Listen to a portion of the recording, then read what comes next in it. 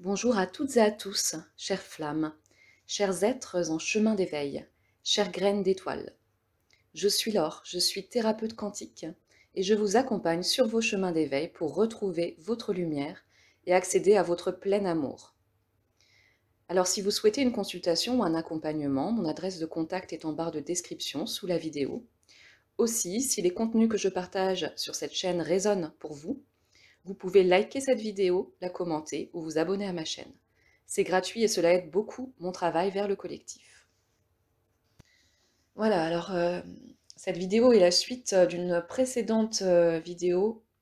Je l'ai coupée en deux, donc si vous n'avez pas écouté la première partie de la vidéo, eh bien, je vous conseille d'arrêter celle-ci et d'aller écouter la première vidéo que je vais essayer de mettre en lien en haut de l'écran.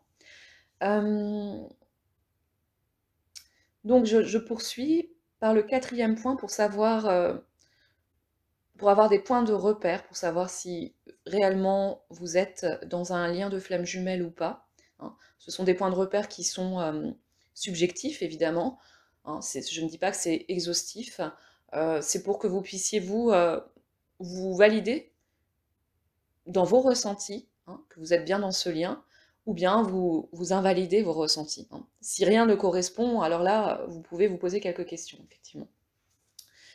Donc le quatrième point, c'est depuis ce lien, toute ma vie a beaucoup changé.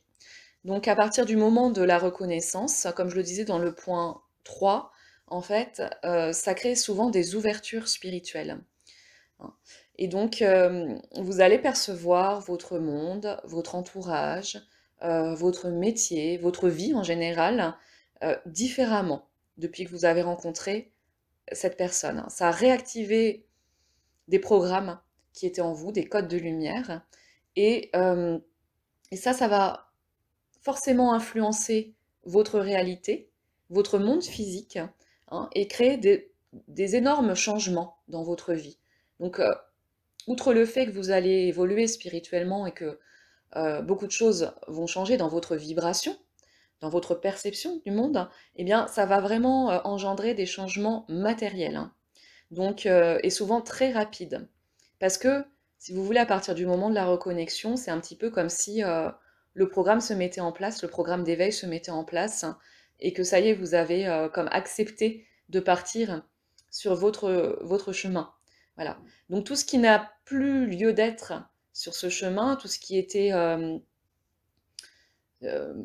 tout ce qui ne répondait pas en fait à cette ouverture, eh bien va être remis en question, hein. Bien sûr, la guidance vous aide à ça, les guides de lumière vous aident, vous protègent là-dedans pour que ce soit mis en place rapidement et pour vous mettre rapidement au service de ce chemin d'éveil, en fait, hein. Et donc, vous allez pouvoir changer réellement de vie, de profession. Il y en a beaucoup qui changent de profession lorsqu'ils sont reconnectés à ce lien, beaucoup qui déménagent, voilà, qui changent leur point de vue, qui se séparent, enfin, des gros changements de vie, en fait.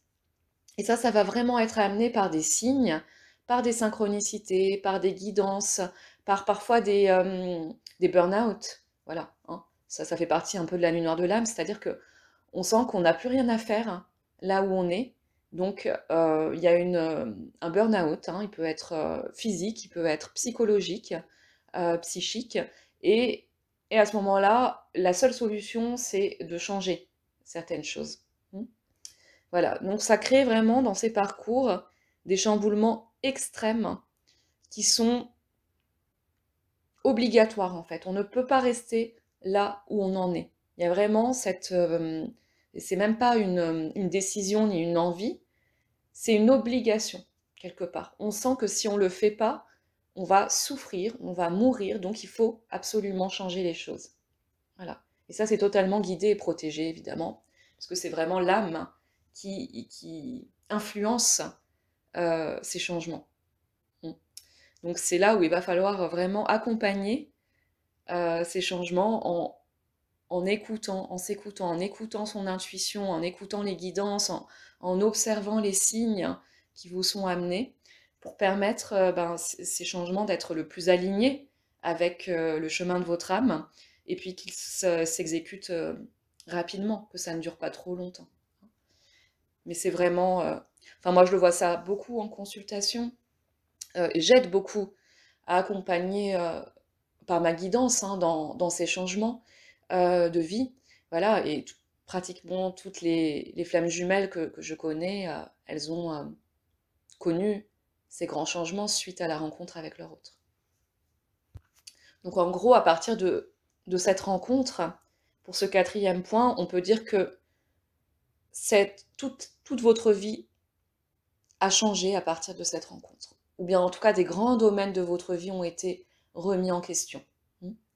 Ça revient vraiment dans beaucoup de parcours. Si vous en êtes resté au même point, au même stade, dans tous les domaines de votre vie, que vous n'avez vraiment rien changé, ça signifie que vous n'êtes pas réellement dans ce lien, selon moi. Ça fait énormément évoluer ces liens, donc la matière évolue aussi nécessairement. Et puis pour le 5e point, qui rejoint un petit peu les 2 autres points, à partir de la reconnexion, ou bien moi ça s'est passé même avant, on a ce sentiment de vivre une initiation au subtil. Donc il peut apparaître de la médiumnité, des dons subtils, hein, comme la clairaudience, la clairvoyance, la clairsentience, des choses auxquelles vous n'étiez pas relié ou qui se réactivent des années après, hein, que vous aviez bloqué, occulté, et qui se réactivent. Donc moi, ça a été mon cas. J'étais très sensible, enfin j'ai toujours été très sensible, mais étant jeune, étant petite, je ressentais, je voyais des choses, j'entendais des choses, vous voyez, et bon, comme ça m'avait fait peur, j'avais beaucoup bloqué. Et ce lien, et un peu avant ce lien, j'ai été reconnectée avec tous ces mondes subtils. Voilà. Ça, vous ressentez aussi avec l'autre cette télépathie. Vous avez la sensation que l'autre est votre guide quelque part, il vous parle, vous ressentez ses émotions, vous ressentez ses sentiments. Vous pouvez faire des rêves médiumniques, hein, des rêves prémonitoires ou simplement des rêves qui vous font voyager et qui vous font entendre des messages, soit de votre autre, soit de votre autre, soit des guides.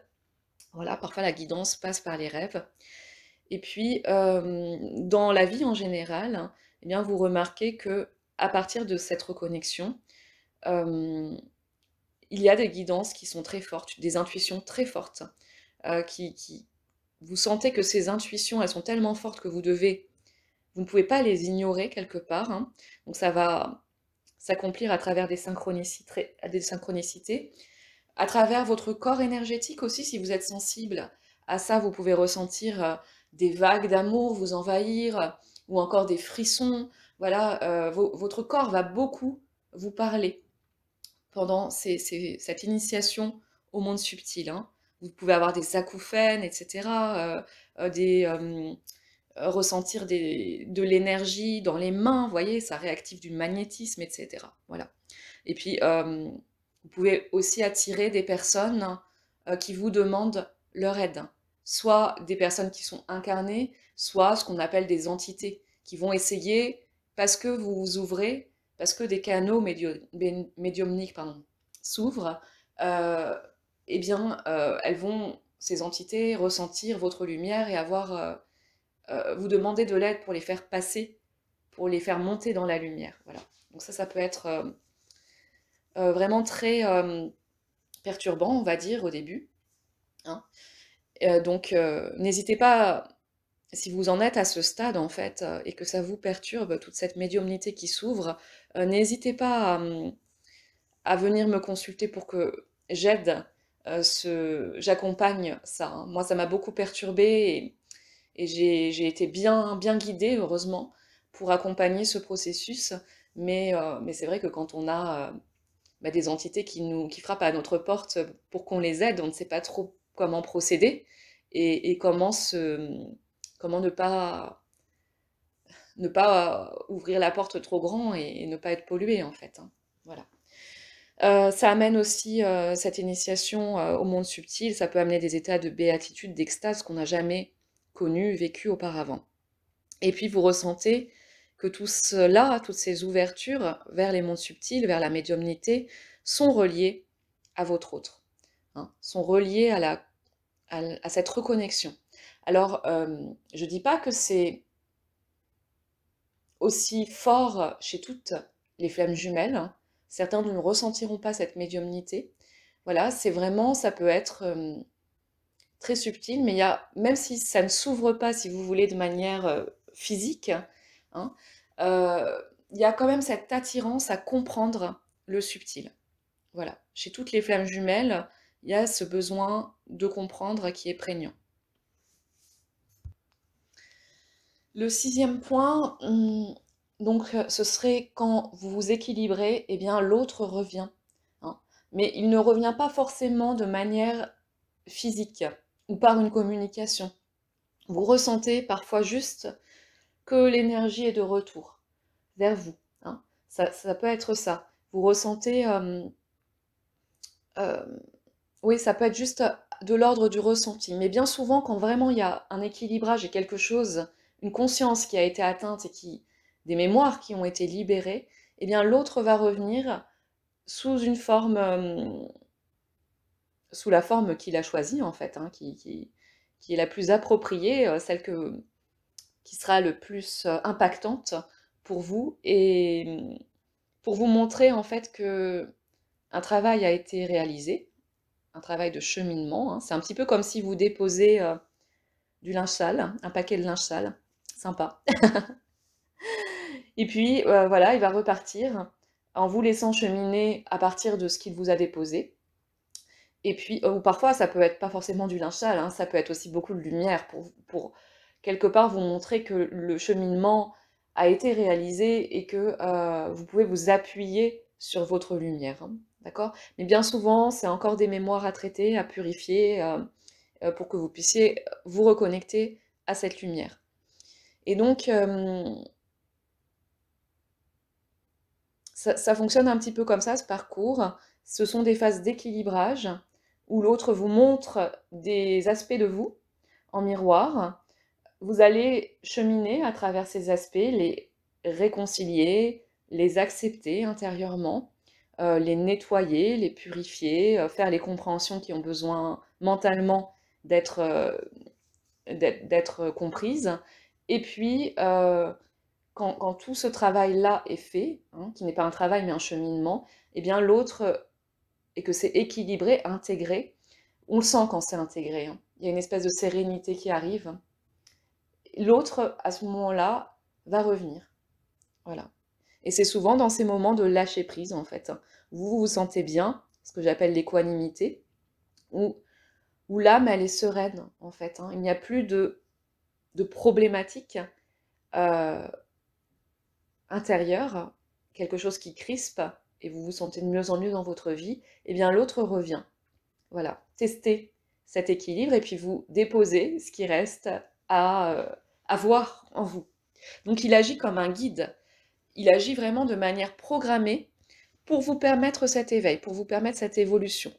Et c'est vrai que la flamme jumelle, c'est un guide qui est exigeant, hein. C'est loin d'être une âme sœur, hein. C'est-à-dire que l'âme sœur, elle va vraiment vous accompagner, vous protéger dans votre cheminement, vous sécuriser. Voilà. Alors que la flamme jumelle, elle vient vous mettre en lumière des aspects de vous que vous déniez, que vous refoulez, pour les accepter. C'est comme ça. Donc ça peut être très souffrant, ce qu'il va vous montrer. Il peut vous montrer des situations dysfonctionnelles très dures. C'est vraiment un miroir, hein, le reflet du corps de souffrance, au début de parcours en tout cas. Et là-dedans, en fait, c'est son contrat, hein. Il y a quelque part comme un sacrifice, peut-être que j'en parlerai dans une vidéo du contrat de celui qu'on appelle le runner.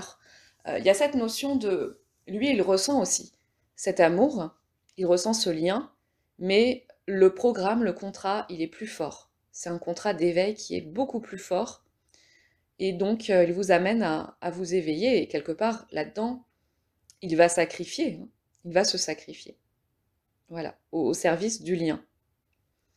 Mais malgré malgré ça, malgré les situations souffrantes qu'il vous propose, eh bien vous ressentez toujours, quelque part, et vous le savez, qu'il vous aime, qu'il y a ce lien. Et ce ressenti-là, il est plus fort que la situation qui est proposée.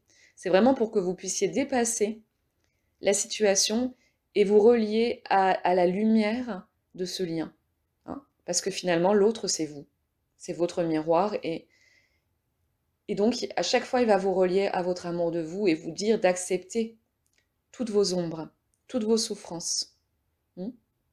Et finalement, dans ce qu'il fait, peut-être que c'est très souffrant quand ça arrive, mais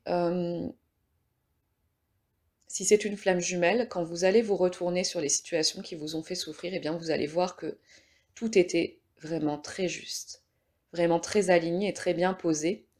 Et, euh, et, et souvent, vous avez, même si ça a été complètement dysfonctionnel, vous avez envie à la fin, lorsque la conscience elle est intégrée, vous avez cheminé vers vous, vous avez envie de le remercier. Finalement, il y a toujours une part de vous qui sait que le moteur de ce lien, c'est l'amour. Ça aide vraiment à dépasser l'illusion de la matière. Hein. Et vous ressentez dans ces liens que l'autre, il vous aime, hein, et que vous l'aimez. Même si les situations qu'il vous propose sont souffrantes, c'est que c'est pas le but de s'y accrocher, si vous voulez. Hein. Le but, c'est vraiment de dépasser ces situations souffrantes, de dépasser la souffrance, hein, et de lâcher prise, finalement. Mais vraiment, dans ce qu'il fait, il vous aide de manière très juste à dépasser tout ça. Et ça peut être très exigeant, hein, selon votre résilience, en fait. Le 7e point, vous savez que ce lien existe. C'est une vibration intérieure, un savoir que vous avez. Et vous allez passer par des phases de doute, des phases de remise en question. Hein. Vous allez pouvoir vous dire, comme moi ça m'est arrivé, que l'autre est un pervers narcissique, est un vampire énergétique, que c'est simplement un lien karmique à régler. Eh bien, malgré ces phases-là, en fait, si vous vous arrêtez à ces phases et que vous en restez à la conclusion que c'est un vampire énergétique ou un pervers narcissique, eh bien, euh, vous allez sortir de là, sortir de cette emprise énergétique, et puis rien ne vous y ramènera quelque part. Hein. Si c'est une flamme jumelle, vous allez être amené à y retourner, même si l'autre n'est pas là en face de vous, hein. Même si l'autre ne fait rien, votre âme va vous ramener toujours vers ce chemin. Et donc, quelque part, vous allez, malgré les doutes, être amené à la même conclusion que l'autre est votre flamme jumelle. Et vous ne parvenez pas à vous séparer de cette idée. Et petit à petit, dans le parcours, eh bien, vous allez cheminer vers l'acceptation de ce lien qui n'est même plus matérialisé, n'est même plus manifesté au bout d'un moment dans la matière. Hein. L'autre, au bout d'un moment, n'est même plus là, hein, bien souvent. Mais vous allez accepter de vivre avec ce lien. Et l'autre, il va vous accompagner à chaque instant.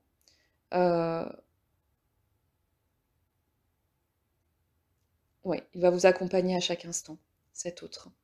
Et cette acceptation-là du lien, eh bien, c'est lorsqu'on atteint la plénitude. C'est cette phase d'intégration, de réintégration que votre autre, il existe à l'intérieur de vous, en fait.